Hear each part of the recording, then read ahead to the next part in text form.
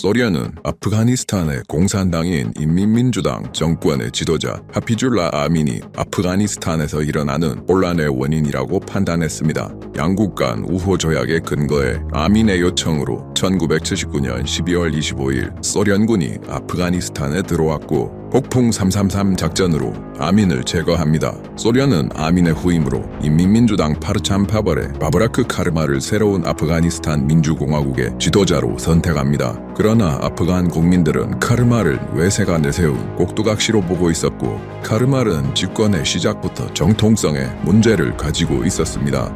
아민의 제거 이전부터 수많은 반군들이 아프가니스탄 공산주의 정권에 대항해 무장투쟁을 하고 있었고 카르말 집권 이후에도 수도 카불에서는 1980년 2월 2일에 대규모 반정부 시위가 일어나는 등 카르말은 집권 초기부터 극심한 반발에 시달리고 있었습니다. 집권 초기에 카르말은 정통성을 확보하고 적대적인 민심을 달래기 위해서 타라키 아민 시대의 공포 정치를 완화시키고 여러 가지 유화책과 국민 통합 정책을 추진합니다. 카르말은 공산주의를 전면에 내세우지 않는 민주적 헌법의 제정, 정당 설립의 허용, 자유선거의 보장, 공개 처형 및 비밀 처형의 중단, 정치범 석방과 사면 등을 약속하면서 민심을 달래려고 했습니다. 할크파벌의 폭압적 공포정치로 얼룩진 과거와의 단절을 보여주기 위해서 타라키 아민 시대의 공산주의의 기운이 진하게 느껴지는 붉은색과 노란색 조합의 국기를 폐지하고 전통적인 아프가니스탄의 색조인 검은색, 붉은색, 녹색이 들어간 국기를 채택하여 왕정공화국 시기와 연속성을 보여주려고 시도했습니다. 타라키 아민 시절에 혁명의 적이나 반동이라고 규정당하고 탄압당한 종교주의자들과 지주 등 적대계층에서 지지를 얻기 위해서 카르말은 토지개혁 중에 몰수하거나 분배한 토지의 일부를 돌려주고 비공산주의자들을 정부 내 일부 고위직에 임명했고 카르말 자신도 이슬람교도라고 주장하면서 포용정책을 펼쳤습니다. 그러나 이런 유화책에도 불구하고 계속된 군과 비밀경찰의 탄압 등을 사유로 대부분의 아프가니스탄인들은 카르말의 말을 믿지 않았고 봉기는 계속해서 이어집니다. 1981년이 되면 카르말은 정치적 해결을 포기하고 반군과의 전투에 집중합니다. 파르찬파벌이 카르말이 권력을 쥔 후 인민민주당 할크파벌 중에서 아민과 가까웠던 자들에 대한 숙청이 시작됩니다. 아민의 경호원들과 가족, 아민에게 충성한 군 지휘관들이 가장 먼저 숙청당했고 수감되었습니다. 소련은 내전 중에 국가를 분열시킬 우려가 있는 할크 숙청에 대해서 반대의 뜻을 강하게 전달했으나 이에 대해서 카르말은 할크는 인민민주당의 적이라고 말하고 탄압을 계속했습니다. 타라키가 집권 중이던 1979년 4월 20일에 쿠나르주의 작은 마을인 케랄라 또는 킬라라라는 곳에서 아프간 공산정권의 군과 경찰이 할크파벌이었던 지휘관과 장교들의 지시로 비무장 민간인 1170명에서 1260명 사이를 희생시킨 사건이 일어났습니다. 새로 집권한 바브라크 카르말은 이 사건에서 발포를 지시한 정부군 제444 특공대대 지휘관 사디크 알아미아르를 체포하라고 지시했고 이후 재판을 거쳐 긴 수감 생활을 하게 됩니다. 소련에서 아프가니스탄 침공이 논의되던 시기에 소련군 총참모장 니콜라이 오가르코프 원수는 정치국이 계획 중인 8만 명 규모의 제한적인 병력 투입 계획을 무모하다고 평가했고 이 규모로는 상황을 안정시키기 어렵고 장기전의 수렁에 빠질 수 있다고 강하게 반대했습니다. 그러나 소련 정치국가 브레즈네프는 아프간 침공이 빠르고 쉬운 작전이 될 것이라고 예상했고 군수 내부를 침공 의사 결정에서 배제하고 일방적으로 진행합니다. 그리고 전쟁 내내 아프가니스탄 주둔 소련군 병력은 8만에서 12만 정도 수준을 유지합니다. 침공 초기 계획상 소련군은 직접 전투에 나서지 않고 아프가니스탄 정부군을 훈련시키고 계획한 뒤 정부군이 무자헤딘과의 전투를 전담하고 소련은 공중 지원, 무기 및 정보 제공 등의 간접적인 지원을 하기로 계획했습니다. 그러나 이 비현실적인 계획이 폐기되는 데는 긴 시간이 걸리지 않았습니다. 대부분의 아프간 정부군은 사기가 매우 낮았습니다. 군인들은 극도로 불안정한 국가에서 안정적인 월급이 나오기 때문에 정부군에 붙어 있었습니다. 파르찬파벌인 카르말이 집권하자 할크파벌 군인들은 언제 숙청당할지도 모른다는 불안을 느끼고 있었고 종교적, 종족적, 이데올로기적 이유로 마르크스 레닌주의, 아프가니스탄 인민민주당 정권에 대해서 반감을 가진 병사들도 많았습니다. 아민 시대부터 가속화된 정부군의 항명, 타령, 전향은 카르말 취임 이후에도 계속되고 있었습니다. 1979년 12월 31일 아프간 정부군 제25병사단 제4포병연대가 나흐린에서 반란을 일으킵니다. 이와 동시에 제25병사단 휘하의 24, 27, 31연대도 반란, 항명, 탈영 등의 다양한 사유로 통제 불능 상태가 되었고 24단 지휘부는 T-34 탱크 6대와 병력 640명 및 기타 소수 장비만 겨우 통제하고 있었습니다. 제25병사단에도 소련인 군사 고문들이 배속되어 있었고 12월 31일에 소련인 군사 고문이 반란 발생을 아프간 주둔 소련군 작전그룹에 보고합니다. 소련은 반란 상황에서 이 소련인 군사 고문들과 통역관을 무력으로 구출해야 할지 결정해야 하는 기로에 놓입니다. 1980년 1월 5일 아침 아프가니스탄 민주공화국 국방장관 모하마드 라피와 소련군 아프가니스탄 작전그룹 책임자 세르게이 소콜로프 원수가 참석한 회의가 열렸고 이 자리에서 카르말 정권은 소련군에게 반란 진압에 직접 병력을 투입해달라고 요청합니다. 소련군이 초기에 결정한 불간섭 원칙은 침공 후 보름도 못 가 무너지고 직접 전투에 참여하기로 결정합니다. 1980년 1월 6일 나흐린에서 가장 가까운 소련군 제186 기계와 보병연대를 투입하여 반란을 진압하기로 결정했고 1월 9일부터 2일간의 전투 끝에 진압합니다.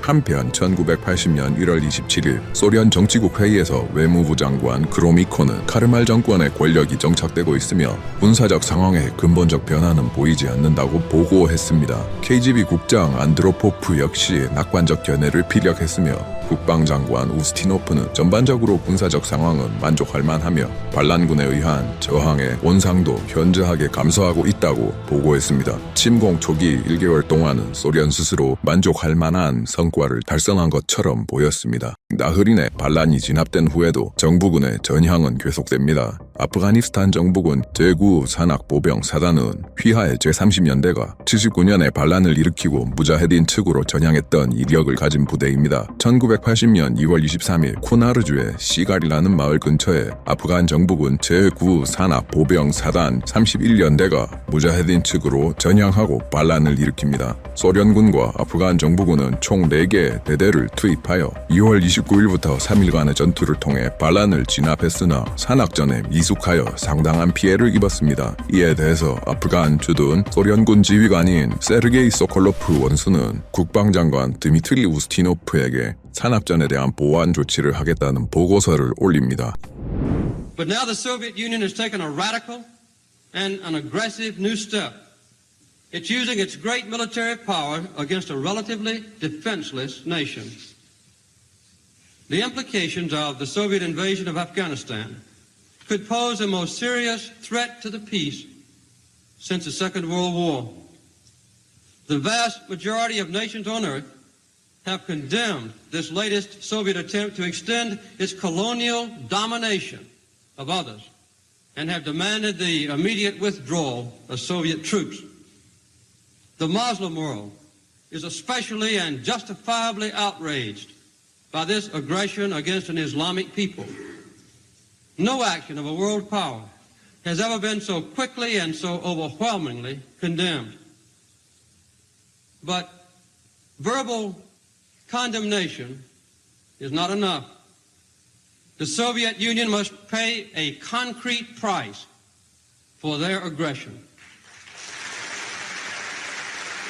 미국의 카터 정권은 항의의 뜻으로 모스크바 주재 미국 대사를 귀국시켰고 국제사회는 소련의 아프간 침공을 규탄했고 이것을 제국주의적 침략으로 보는 나라들이 많았습니다. 미국과 소련은 핵전쟁의 위험을 줄이기 위해서 전략무기 제한 협상 솔트2라는 군축 협정을 1979년 6월 18일 빈에서 서명했고 미국 상원에 인준 절차 중이었습니다. 하지만 소련의 아프간 침공으로 인해서 이 협정은 폐기됩니다. 1980년 1월 유엔 안보리는 긴급 특별총회를 소집했고 유엔 총회는 아프가니스탄으로부터 소련군의 즉각적, 무조건적, 완전한 철수를 요구하는 결의안을 압도적 지지로 채택합니다.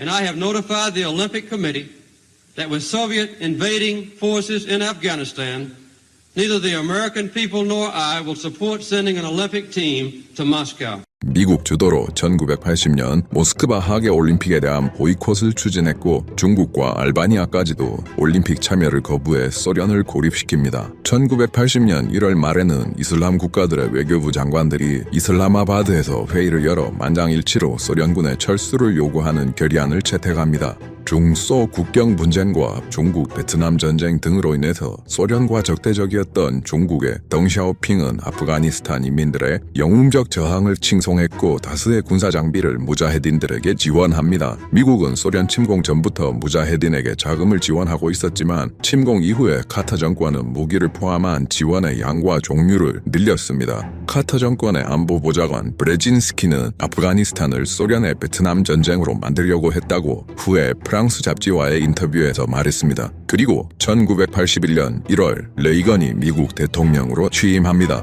And I hope that you and the Congress will understand that dollar for dollar, security assistance contributes as much to global security as our own defense budget. We must stand by all our democratic allies, and we must not break faith with those who are risking their lives on every continent from Afghanistan to Nicaragua to defy Soviet-supported aggression and secure rights which have been ours from birth. 레이건 정권은 아프가니스탄 반군에 대한 지원을 대폭 늘립니다. 미국과 사우디아라비아의 자금으로 CIA는 미국, 중국, 이집트 등에서 무기를 구입해 파키스탄 정보기관 ISI에 전달했고 ISI가 무자헤딘에 대한 분배를 담당했습니다. 반군의 주요 거점은 파키스탄 페샤와르 등의 난민 캠프였고 ISI는 이들에게 훈련, 무기, 자금을 제공했습니다. ISI에서 많은 자금을 지원받은 7개 단체를 묶어서 페샤와르 7이라고 불렀습니다. 이들 중에 가장 많은 지원을 받은 단체는 굴부딘 헤크마티아르가 이끄는 헤즈비 이슬라미 굴부딘 파벌 약칭 HIG였습니다. 1975년에서 78년까지 CIA 카불 지부장을 지낸 그레이엄 풀러는 굴부딘을 소련과 싸우기보다는 다른 무자헤딘과의 싸움에 더 집중한 인물이라고 평가했고 실제로도 그랬습니다. 전쟁 과정에서 페샤와르 7 중 가장 주목받은 조직은 부하누딘 라바니가 이끄는 자미아티 이슬람이었습니다. 이 단체는 판치시르의 사자라는 별명이 붙은 가장 유명한 무자헤딘 지휘관 아흐마드 샤 마수드, 전후 칸다하르를 장악한 물라 나킵 알리 코자이, 헤라트와 서부를 장악한 이스마일 칸 등이 소속되어 있었습니다.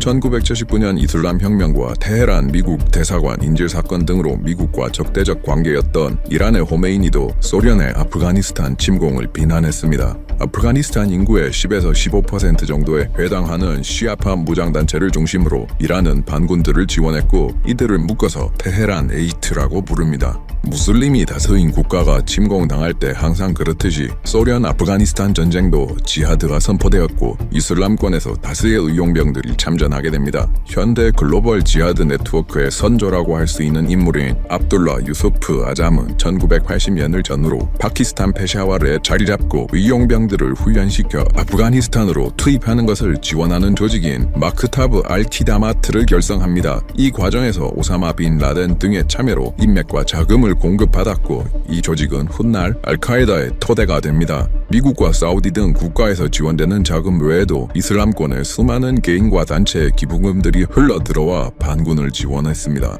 여담으로 레이건 정권 당시 미국의 미디어는 아프간 무자헤딘들을 소련의 침공에 맞서 싸우는 자유의 투사로 묘사했고 그 대표적 작품은 88년에 개봉한 람보 3입니다.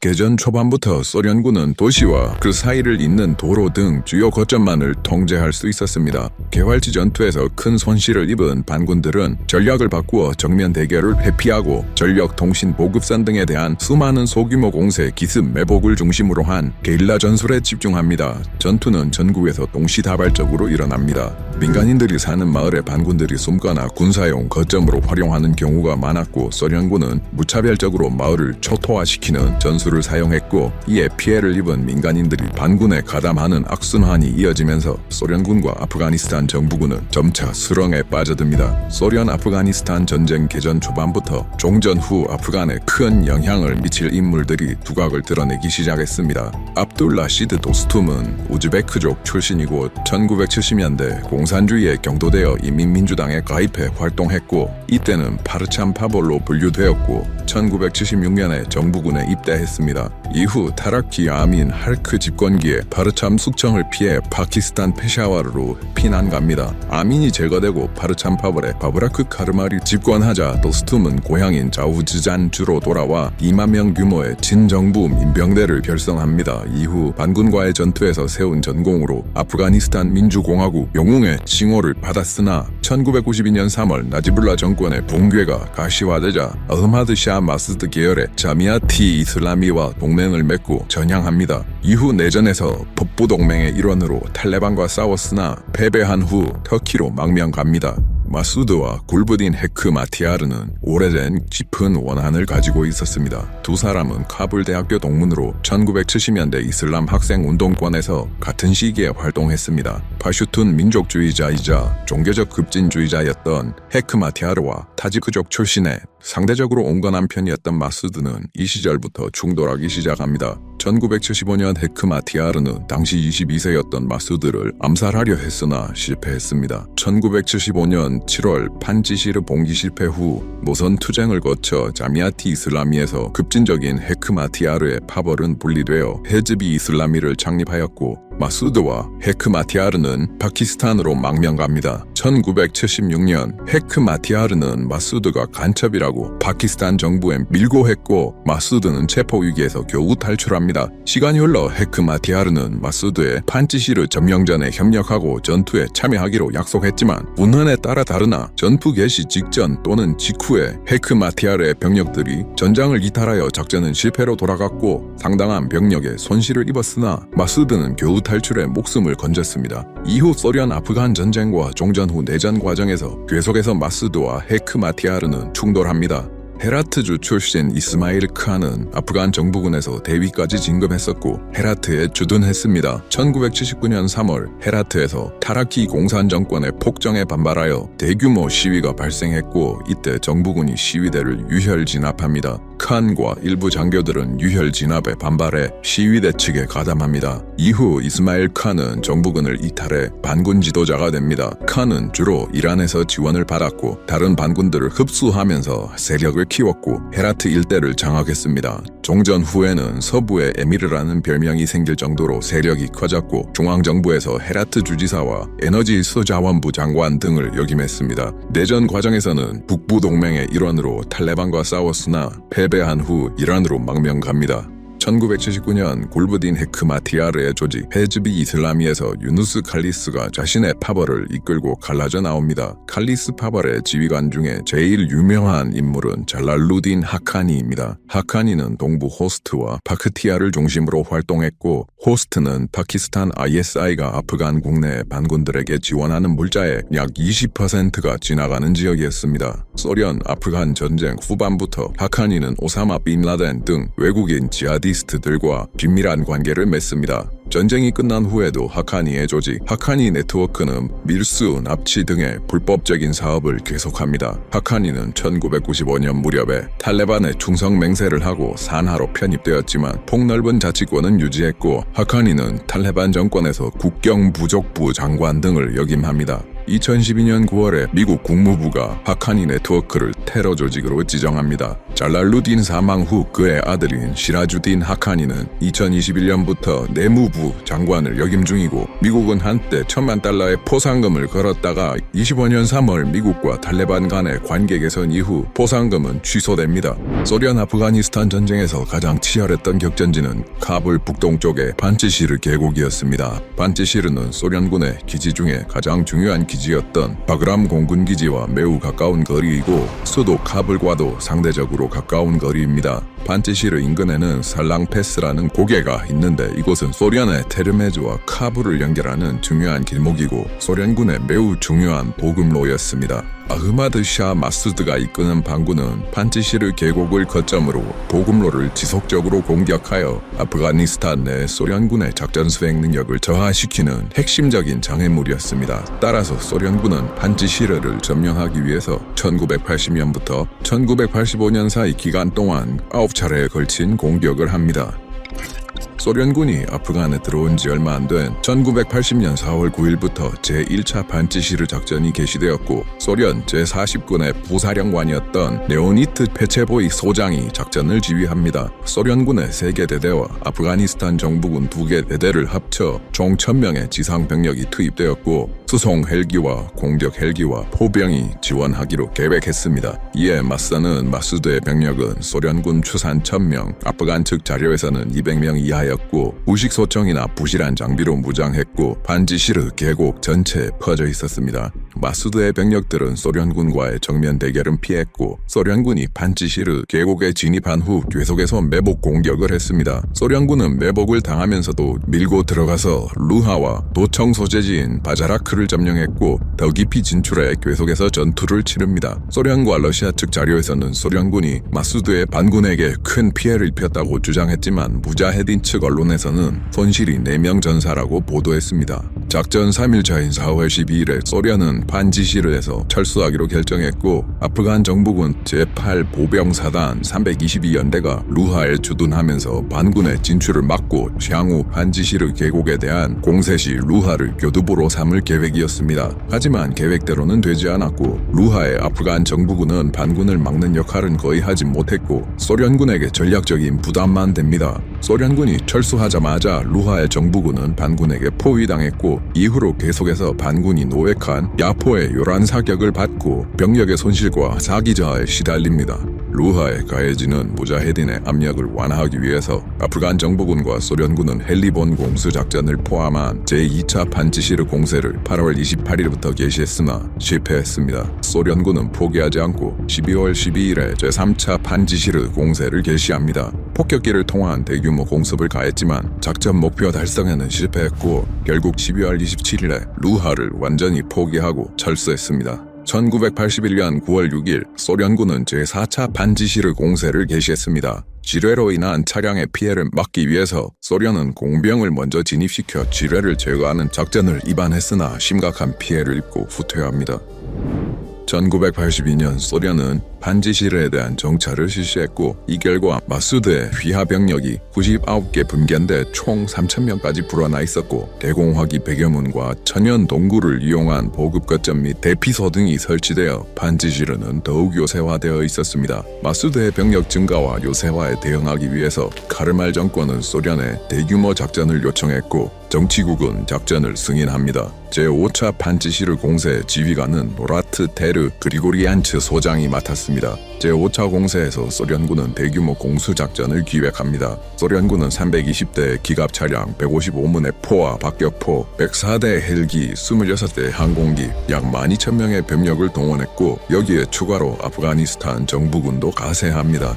제5차 공세에서 소련군은 기만 작전을 실시합니다. 소련군은 전쟁 과정에서 경험을 통해서 아프간 정부군의 보안 유지 능력에 대한 뿌리 깊은 불신을 가지고 있었고 정부군에게는 바미안 방향이 이번 공세의 주력이라는 역정보를 흘려 의도적으로 무자헤딘들에게 전달되게 합니다. 소련군의 예상대로 유출된 역정보는 무자헤딘들에게 흘러들어가 인근 지역의 무자헤딘들은 바미안 방향의 고르반드 강 인근의 병력을 집중시켰습니다. 1982년 5월 15일 제5차 공세 1단계로 고르반드 강 인근에 대한 기만 공격이 시작됩니다. 16일 소련군은 반지시르 계곡 입구 근처를 장악하고 포병 진지를 구축했고 17일 아침부터 공군의 폭격과 포병의 포격으로 본격적인 소련군의 공세가 시작됩니다.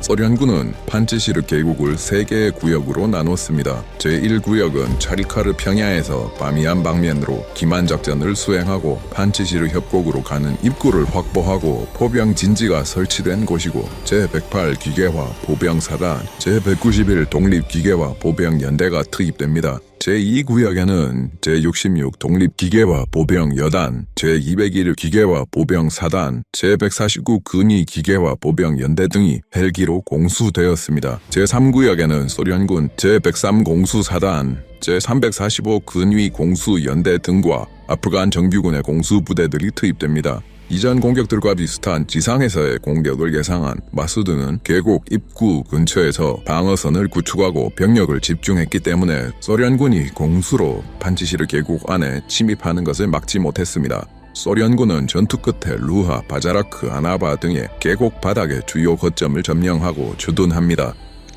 5월 23일 소련은 헬리콥터로 공수부대를 투입하여 판지시르 협곡 동쪽 출구 인근 에빔을 점령했고, 작전 초기부터 협곡의 북쪽과 남쪽으로 이어지는 길목과 산에는 원격 살포지뢰를 대량으로 설치해서 반군을 좁은 범위에 가두고 주변 지역에서 들어오는 증원을 차단하려고 했습니다. 그러나 마수드의 병력들은 소련군의 포위를 벗어났고 병력을 소규모로 쪼개서 판지시르 계곡 전체에서 유격전을 전개합니다. 소련군은 계곡 바닥의 주요 거점들을 점령했지만 산은 여전히 마수드가 장악하고 있었고, 소련의 승리이기는 했지만 결정적인 승리는 아니었습니다. 다른 전선에 병력을 투입할 필요가 생긴 소련군은 공세의 주력을 철수시켰고 루하와 아나바 등의 일부 부대만 남깁니다.